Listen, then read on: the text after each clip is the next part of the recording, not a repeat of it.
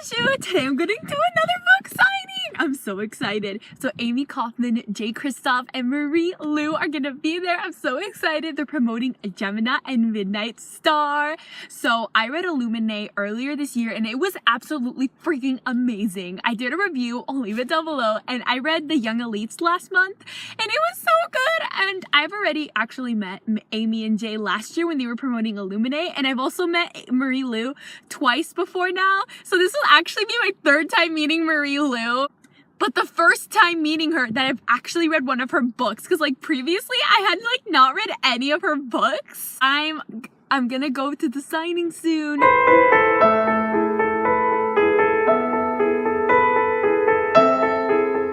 Mostly do Q&A with you guys, so this is your warning to start thinking up your cues. It's all about you. Now. It's all about you, America. We care. We're actually completely unprepared, so if you put it back on you, it'll be your fault because it was already wrong. Yeah, and we'll tweet about it later and be like, this guy's from San Diego. What was that? I used to play in a band when I was a younger man, much younger man. And I played a couple of gigs to completely empty rooms. Like, you turn up and there's just your girlfriend, the drummer's girlfriend, and the guy behind the bar. And no one wants to be there. It's just the most depressing thing you'll ever come across. So that fear never actually leaves you of showing up to an empty room. So showing up to a room like this is awesome. Thanks. Yeah, it does get, when they fly you all the way from Australia, Yeah. the pressure's not less. I remember it because I was reading it at night and I was just sending Amie like 50 emails in a row, each with more and more all caps letters. I was and asleep. exclamation marks. Like, I was in Australia and I woke up. Yeah. And the first thing, because we always sleep through your business day, the first thing that both of us do when we wake up is you kind of roll over, grab the phone, pull it in, refresh. And kind of, for me, I don't know about you, it's like if there's like kind of 25 or fewer emails, it was just another day at the office. Every so often there's like, 60 and you're like, Something's gone badly wrong. wrong. Something is on fire. Is America still there? Hey, look, these days, valid question. We went to Tokyo to research, and no one tweet the air quotes, please, in case the tax office is watching. So I was reading the first draft of The Midnight Star, and like, I mean, when you guys like finish a book and you're like tweeting at the author, like, how could you do it? And she like got me live. Like I had it on my Kindle, like in a Word document, and I was so worked up. I was literally just like walking physical laps of the room while reading, and every so often just stopping to stare at her. Just fury in my gaze. And then I kindly finished it, like slammed the Kindle closed. She's like, no. I needed to speak Lu. No, for real. And then I'll be back. I just went into my room and closed the door and just had to sit in the bed and just be like, feelings. Finally recovered. And then I sat down and wrote a proper editorial feedback email because I'm a good critique partner, but I yelled a lot in that email. And as I'm writing it, in the next room, I'm like, I'm yelling at you right now. I'm telling you what I think, lady. Well, just you wait, because when I read yours, you already know what's coming. Yeah. We just kind of hurt ourselves back and forth. Yeah. She's just like, we should just stand in a room, just scream, how could you at each other? That's the plan for our next holiday together. So I feel like we should talk about how Marie came to be involved in Gemina. Yeah, it was. Well, we hope it's a funny story. Laugh even if it's not, okay? Like we said, Marie was the first person to ever see Illuminate when it was not even a book. The weird thing about writing Illuminate, we thought it was too weird to ever get published. Like when we started playing around with alternate formats, we very quickly decided that no publisher was going to touch it. It was going to be too big and too expensive. And so when we found a publisher foolish enough to publish it for us, we were really happy about it. But Marie saw it when it was a baby, and she's been a champion of the book since it was that baby. And when we were tossing around ideas for an illustrator on Booktube, we were talking about the style of illustration that we wanted, and we both follow Marie on Instagram. Anyone who doesn't follow Marie on Instagram should Get your totally, phone out now. Yeah. And I think the very day we were having a discussion, or the day before, you posted a picture of June as a little girl. Yeah, I did. Yeah, I that remember was like the day. That was a fake. She doesn't know how this happens. She's learning this live. I actually am learning this live. Yeah, Everyone. that was a fateful day for you because we knew what we wanted. Like we knew the style of picture that we wanted, and we knew we wanted a female artist because the pictures are drawn by a female character. And We were trying to think of names, looking through DeviantArt and illustrators' websites, yeah, and 'cause we didn't wanna kept leave it saying to each complete, other yeah. like, we need someone who draws like Marie. Yeah, let's like- find someone who draws. Like- And this went on for days. Like, I was frantically searching for illustrators who draw like Marie Lou. Because we didn't, Alright. we didn't what one of our publisher chose, and we didn't like it. And like by the time they got all the drawings done, there wasn't going to be anything we could do. So we were like, we need to like direct them. Yeah, and about 3 days in, it's like, hang on, we know someone who Draws draws like like Marie. We know someone who draws like Marie Lou quite well. Yeah, in fact, uncannily. And then we waited for another few days because we were like, so here's the problem is that, as you may have picked up, Marie is one of my besties, and also like just sickeningly nice, like just the nicest person you'll ever meet. It's really annoying. Like she's not gonna know how to say no. Like Because she'll have to say no, because she's pretty because she's busy. super busy, and I don't know if you've noticed, like very busy and famous and quite successful with being a #1 New York Times bestselling author. She's got these books happening, whatever. We were like, so she won't have time, and then she'll feel like she can't say no because I'm a friend, and then it'll be awkward, and so we like back and forth, and eventually I was like, I can do it. I'm going to write her this email that gives her loads of off-ramps, like easy ways to say no so she doesn't feel bad. And so, like, I crafted this email. This used to be my full-time day job. I used to be a professional negotiator. For real.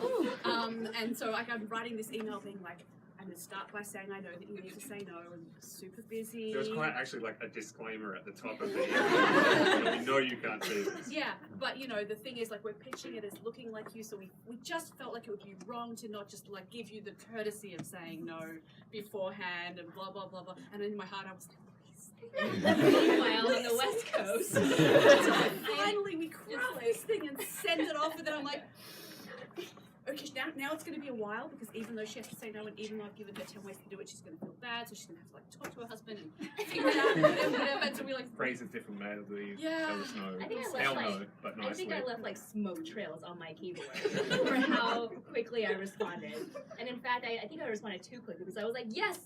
Wait, I should probably tell my agent first. But yes. But was like, yes! And even then I'm like, I know that you'll need to change your mind. I think the email I sent to my agent Kristen was something like, so this amazing project has come up and I want to say yes. So we'll just figure out how it happens, but you don't have to. Just so you know, I'm gonna say yes no matter what. And this entertains us because that's not the and email Kristen's one would like, usually send to one's agent. okay. So one would usually be like, I'd like to say yes. I remember when you were pitching it first, and thinking, oh, maybe people won't buy it because it's so unique. And I distinctly remember my reply being, if they don't buy this, there's no hope for publishing whatsoever, and everyone is going to die. They will buy this, and it's going to be huge. If you ever wonder what it sounds like when authors talk in private. Very dramatic. It could have gone one of two ways. Like, it was either just going to be too weird for anyone to buy, or it was going to be just weird enough that people would mistake us for talented. Unfortunately, they made the latter. The very first time we discussed this series, and we were talking about how it's basically kind of like X-Men in Renaissance Italy if Magneto was the hero. And it's like a personality test saying that out loud. Like I just heard a whole bunch of you go, and I'm like, it's like you're my people. If you kind of inhale a little bit. Think objectively about what Adelina does in this Yeah, she's series. not the nicest person. She's not the nicest person. And like when you kind of come to the opening of book 3, and I'm not going to spoil anyone, but when you come to the opening of book 3, you're like, unequivocally, what's happening here is very bad. And yet I'm kind of still cheering for you. We don't say rooting for you in Australia. No. Well, we do, but Rooting means something very, very different in Australia. Those of you who know what it means. We were actually we were in Marie's car, I learned this. driving down the freeway, and this van drove past. This is where it gets It was a inappropriate. plumbing man. And it was a plumbing guy, but the brand was Dr. Rooter. Because I guess And in Australia, rooting, very, very different. Young people in the audience, I'm not going to explain what it is. if But you're like under, if you have a doctorate, if you're in like that, under 15, just do this for a minute. rooting is something that you do in the back of a car. It's like In a non-classy way. low rent, physical intimacy. Yeah. Like look for the least classy way you yeah. Least classy people in the room, the Australians. Always. But anyway, Dr. Rooter drives past. Get a doctorate in that. What is involved? What is going on in that college? So I was not rooting for Al. But I was cheering. The very, very first draft of the Young Elyse that I pitched to Kristen, my agent, was about 100 pages, and it did not star Adelina. It starred Raffaele, My who, boy. who I still love. He's great, but not as main character. He was really, really boring as a main character for some reason, and I thought he was great for the first 100 pages. So I wrote that, and I gave it to my agent, and Kristen, who is wonderful, very, very wonderful. We're really good friends, but she is one of those like people in my life who does not sugarcoat when she doesn't like something, which is a good thing to have, and sometimes not a great thing to have. So It's good eventually. It's just good in the long run. yeah, but in the short term, It's tough love, like Yeah. with a spear through your heart. So she called me back after she read it. she did it on the phone. She did it on the phone. Yeah. Oh my Well, god. I mean, to be fair, she braced me. She was like, "I'm gonna call you," and I knew there was something wrong. I was like, "All right." I want like the dignity of an email in that situation so that I can like cry, witness. I think she wanted to talk it, like she Check wanted you to, were okay. She wanted to like punch me in the face and then like talk me through it. So what So, you're feeling right that's now what is it pain, Marie. And I did that, but let's keep going through that pain and see what we discover. That's basically exactly what the conversation.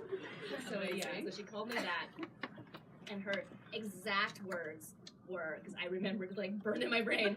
Her exact words were, "When you gave this to me, did you think that it was good?" Yes, that's why I sent it to you. It was good. So, is there anything that you liked about it, or should I just like throw my laptop off a bridge with a new laptop? And Kristen said, "Well, I really liked your villain in this story. I liked Adelina a lot because Adelina was still in this, pretty much as the same character." And she's like, she seemed really interesting. She was the only interesting character. Like like tell me about her. And so I was like, I really loved writing her, and she was different and cunning and manipulative and just mean. And look at that's you just, even like, lighting up. Oh, that's great. So I That's the had hint. a lot of fun writing her. Maybe just because my life is too tame, so I wanted to write a person who was not. And I said, if you let me try this story again, hopefully I can keep her in there. And Kristen just kind of offhandedly said, like, well, maybe you can make her the main character. And that was the switch flip for me. Like, that's when I was like, maybe what's wrong with it is I never wanted to tell this story from the hero's point of view. I wanted to tell this from the villain's point of view. We are the two worst people on the planet Oh at my maths. God. Like So there's one bad. person worse at maths than Amie, and that's this guy here. So yeah, we have to keep a death toll spreadsheet. We have reams and reams of figures, and it's all about people dying. So if we're not on a watch list, like our government has failed us. Yeah, we should not be able to If there Google are- that stuff and not be on a Good way. watch list. But no, for real, we were trying to work out dates on the plane, and we were like, okay, so this happens on the 17th of this month, and this is on the 5th of this month. How many days is that? The best bit is, this didn't work, and I had to get out my Get out the phone. iPhone and get out the calendar and physically count it. Proud. It's not glamorous, people. You're getting some hard truths. And like really quietly, because we're on a plane, so you don't want to be like, and then when we kill him. Like for us, this series in particular was kind of the series that changed our lives. Like our lives 3 years ago we were still working day jobs and looking at the place that this book kind of brought us. Wanting to be Marie, Yeah. basically. I'm a little bit tall later. You'd be like two of Marie. Your own Marie-sized co-authoring team. Two Maries in a Two row. Maries in a giant overcoat. But I do have a long habit of sounding very talk about this in the character. Jay's like, is that true? I'm like, you know, I always sound confident about everything. When I was in Paris, I once convinced my friend 4 times in a row that I knew where we were. And I was like, dude, I really feel from like the 3rd time onwards, that was you. If you choose to keep believing me, that's your own problem. But Don't let her fool you though. She comes up with, there was a scene in book 3 actually the other day where I couldn't believe I couldn't believe I found myself typing these words. And I actually said that in the comment, like, dude, this is a little bit dark. It's like, if it's coming from me, you know it's blacker than the blackest black. And it's straight from her. I know, and I'm the Right. sunshiniest person anyone knows. I was so proud when he was like, dude, too far. Just pull it back a bit. Many of them I wrote, but there was like one in particular that like I had this idea, but I was like, oh, I can't write it, it's too horrible. Jay will do it. He made it even worse. But now when people yell at us, I'm like, he wrote it. He wrote it. I mean, everything we love is in there kind of thing. A lot of people ask whether there are Hamilton references in Gemina, and the answer is that it was drafted before Hamilton came out, so there are some that sound like it, but they're actually just coincidence. However, the Hamilton references in book 3 are completely deliberate. I don't know a note of Hamilton. He found that out live on Twitter one day when people were like, is this on purpose? I was like, no, but book 3 is full of them, all on purpose. And he's like, what? So, yeah, like there's a whole paragraph where someone's like giving a speech, and I think in the same speech they managed to talk about like not throwing away their shot, getting the job done. Like, he's like, oh, really stirring stuff. I'm like, arranging to fit it all in there, but it was weird. But yeah, when we're total nerds, we don't expect anyone to get all of them. Like, you would have to be us, I think, to get all of them. And we don't even get all of each other's. No. So, I mean, McNulty in book 1, Jay named after one of the characters from The Wire, which is his all-time favourite TV show. And I meant to talk about this because if he starts, then he'll just start being angry that you don't watch The Wire. Have you guys seen The Wire? No one watched The Wire! What are you doing here?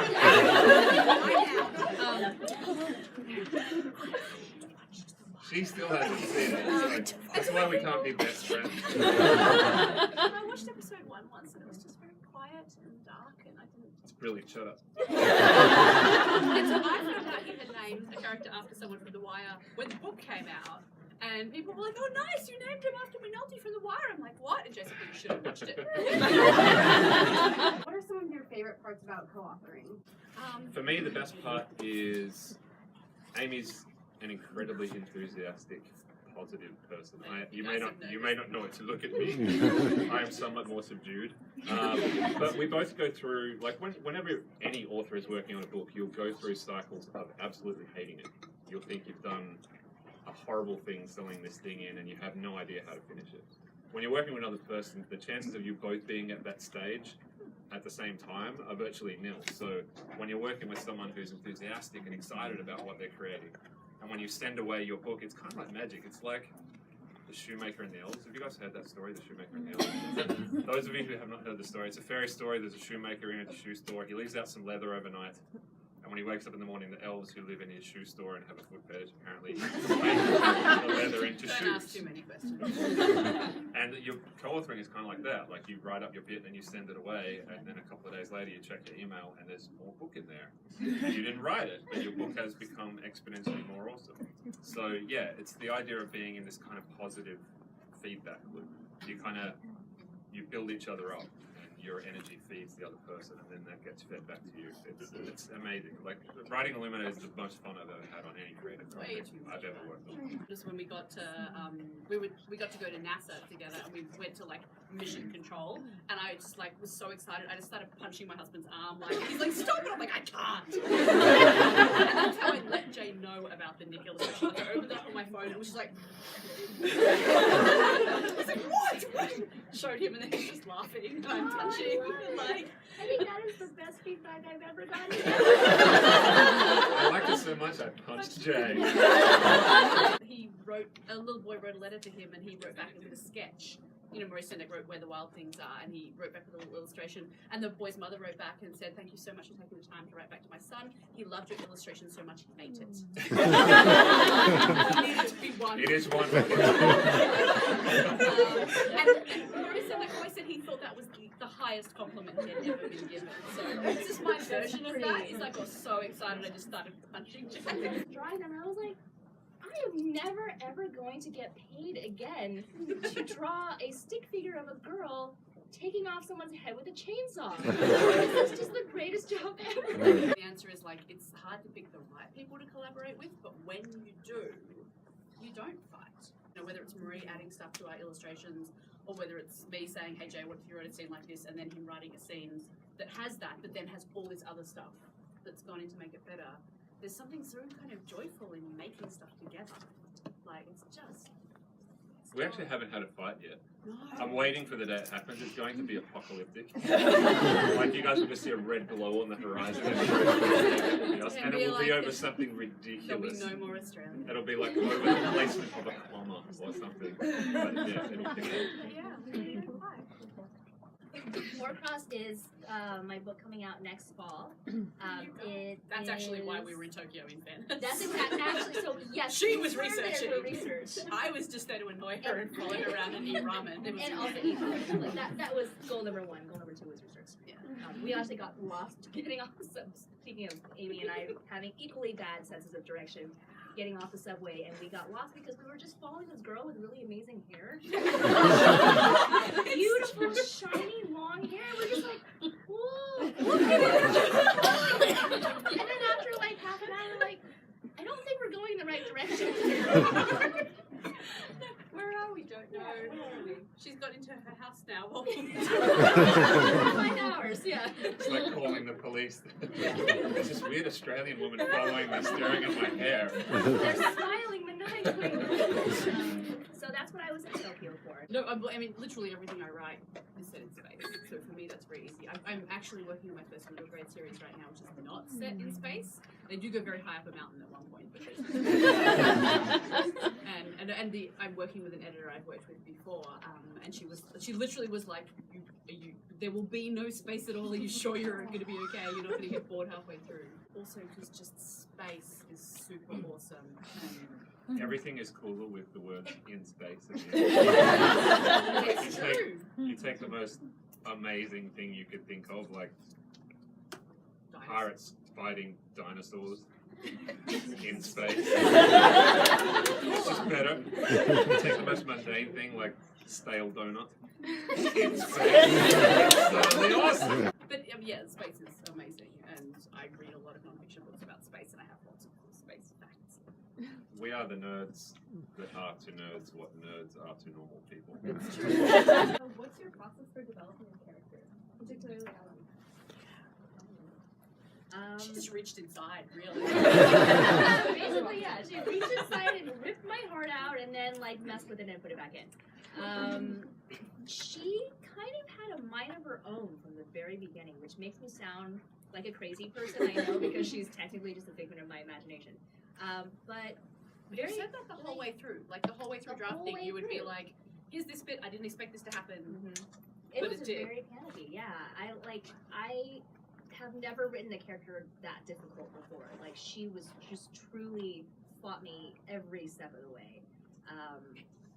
I don't really know why that is. There's something like magical about the creation process where like I spell things out and I write character profiles, and then when they hit the page they kind of take on a life of their own, and Adelina was one of those characters. So for me, a lot of her character development was trying to fight her, like writing this line of, do I make her completely go over the edge, or can I make her somewhat sympathetic and give her something human to hang on to so that people don't go, oh my god, this person's horrible, I don't want to read this series. So it was very difficult, and I think in screenwriting there's the concept of like save the cat, or there's like the cat, and with the villain you don't want them to kill the cat. Like, you don't want them to kill the puppy because that's the moment they cross over to being unforgivable.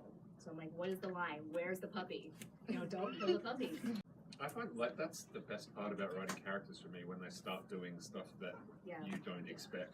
Mhm. And it does sound like something a crazy person would say, because when the imaginary person in your head starts talking back to you, or taking you in the story that you're writing in a direction that you never expected to go,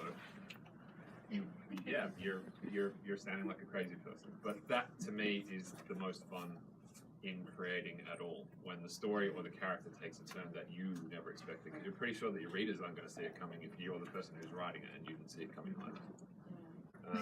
It was great. We were on a writing retreat with other people, with like all these other writers, and they got to watch while Mummy and Daddy were writing. We were the two most experienced authors there, and they were all aspiring writers, and they're just like. They all kind of stood up and quietly left the door. But not so far they couldn't hear. Like we were talking about, I tend to lean dark, and I tend to the truest truth that I have in my writing is that victory without sacrifice is meaningless. Talking about how we were going to wrap up the end of the series, and I was leaning towards closer to scorched earth, I guess. I was there for you guys. Yeah. It was like, let's just kill this one, and I was like, easy tiger. Let's talk it through. But we reached an accord, I guess. But you know, the thing is, we reached total agreement in the end. I at no point did I say, when you brought me this idea, did you think it was good? Instead, I was now you have a line to use. Yeah, for real. Instead, I was like, oh, interesting. Okay, tell me more about what's driving that idea, Jay. Because again, professional negotiator. Because the answer's like just a world of no. But tell me more about what you're thinking, and we'll get somewhere. And in the end, we reached total agreement because we kind of instead when you have two different ideas, it's not about picking an idea. It's about working out, okay, what's driving those ideas? Like, and in his case, it was victory without sacrifice is meaningless. And I was like, okay, I actually totally agree with that. Can we brainstorm other ways that we could have sacrifice? And he was totally fine with that. Purple shirt. In your opinion, which of your characters is most like you? Aiden. The character that is most like me in Legend is Tess. Dave's best friend on the streets. I'm so glad as a Tess fan. She's very much like who I was in high school, just kind of like shy, a little bit unsure. Like my zombie apocalypse plan is to go down in the first wave.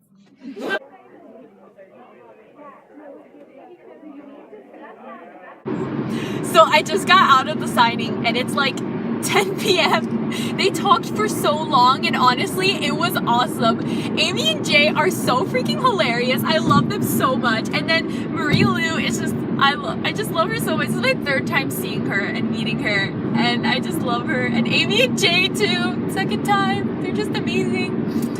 And I brought 3 books to get signed. I brought my copy of Gemina, my friend's ARC copy of Gemina, and then my friend's copy of Midnight Star.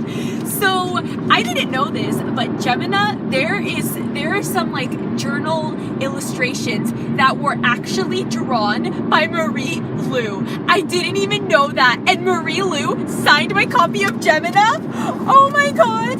She signed it and her signature is so beautiful. Like, look at that. Just look at that beautifulness. This is Marie Lou's signature. And also, can we just appreciate how it says take your shot? And that is 100% a Hamilton reference because Amie is Hamiltrash.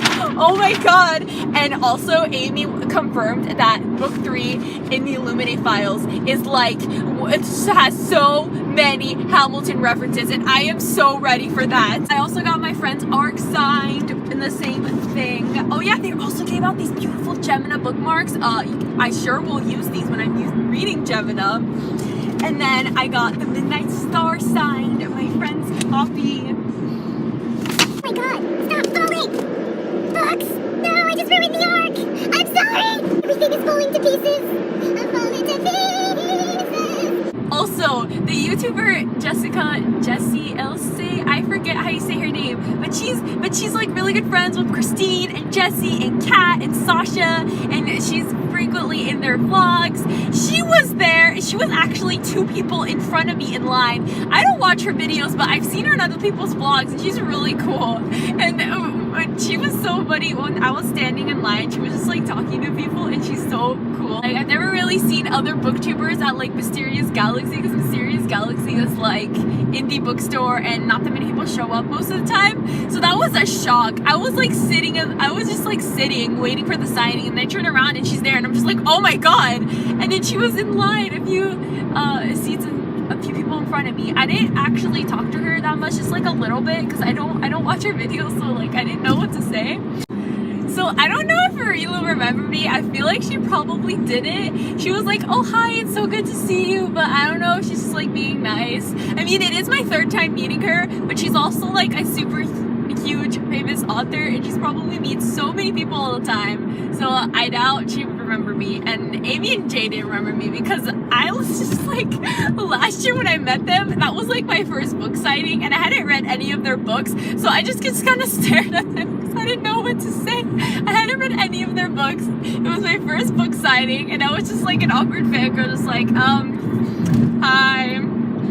But I actually talked to them this time. I feel like all the footage that I've gotten from the signing just speaks for itself, because Amie and Jay are absolutely freaking hilarious, and I honestly like recorded the whole signing because they were just so funny, and I was so into them talking that I didn't pay attention to the recording. So I have like an hour's worth of recording footage. That's all for this video. I hope you enjoyed. Comment down below if you read any of these authors' books and what you thought of the signing vlog. All my social media links are down below, my Twitter, my Bookstagram, and my Goodreads.